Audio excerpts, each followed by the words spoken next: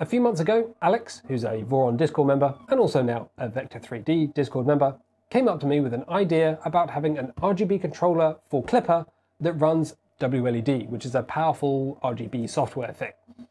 I had a little look into it and it looked kind of interesting. So between them, myself and James, my Discord moderator, had a little bit of back and forth, shared some ideas, and we eventually came up with this. This is RainbowShift. It's, as we intended, an RGB controller designed for use with Clipper 3D printers, but is also useful for other DIY projects and home automation. All of the RainbowShift PCBs made so far have been made using JLC PCB's PCB and PCBA manufacturing service, where they make the PCB and assemble all of the components to it. Very useful and very simple to use. All you need to do is upload a bunch of files, select the options that you need, and purchase them. A couple of days or weeks later, they'll turn up and you're pretty much good to go. You've got your beautiful PCBs ready to use. You can check them out via the link in the video description. Thanks very much to JLC PCB for sponsoring the video. RainbowShift can do all of the things that we've designed it kind of to do because of WLED. It's a very powerful RGB controller software that has like hundreds of special effects. It has a web user interface, full over-the-air updatability, and like a bunch of other things, including like home automation, things like that. It really is a super powerful piece of software and runs on the ESP8266, which is like the separate blue bit, which plugs into the top of the RainbowShift PCB. But let's be honest, do you actually need one? Well, you can actually wire RGB LEDs directly to an ESP8266 like this one, but you're probably going to come across a few issues. Firstly, you're limited on power because you can only draw so much power through these pins and through the USB port, so that's going to limit the number of LEDs, RGB LEDs that you can use, and we all know more RGB is better RGB. Secondly, the stability of the power can be problematic. RGB power usage fluctuates, obviously with various patterns, loads of different brightness changes and things like that. Thirdly, RGB LEDs need 5-volt logic to operate correctly, and this only uses 3.3 volts. Finally, you're also going to need to do a bunch of soldering of wires directly to the PCB, which is small, not that easy to do, and probably going to end up with some vulnerable or weak connections.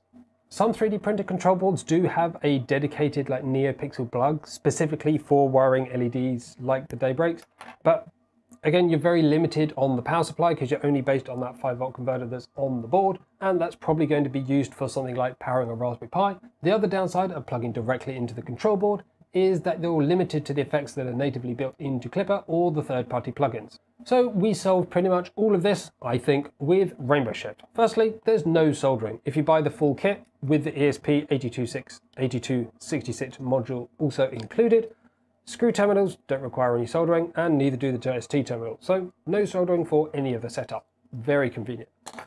Secondly, the screw terminals, which power the ESP and the RGB LEDs, can provide up to 7 amps. Each channel can take approximately 3 amps, which at maximum brightness for every LED in the chain, like maximum RG and B, so it's basically white, that's about 50 LEDs, which is a lot. But if you're running patterns, which you probably should be if you're doing an RGB controller or just doing independent colors or something like that, you can easily go like 4 or 5 times more than that. You just have to watch the overall current draw. As I mentioned, we do also have 2 channels for the RGB LEDs, which can make it much more convenient to set up if you have RGBs in 2 directions. You don't have to send a wire over that way and then bring it all the way back to go to the others. You just send out 2 individual chains from here. We've also added some nice big capacitors to smooth out any of the power delivery to those LEDs, and there's a logic level shifter on board which converts the 3.3 volt logic to 5 volt logic to make sure that we get the best signal for the RGBs. Luckily, setup is also pretty easy. Simply connect the ESP8266 to a computer and go to the WLED website. Select the right COM port and flash the firmware, entering your Wi-Fi details. To power the RainbowShift, connect 5-volt power directly to the screw terminals on the PCB, and this will power the LEDs and the ESP.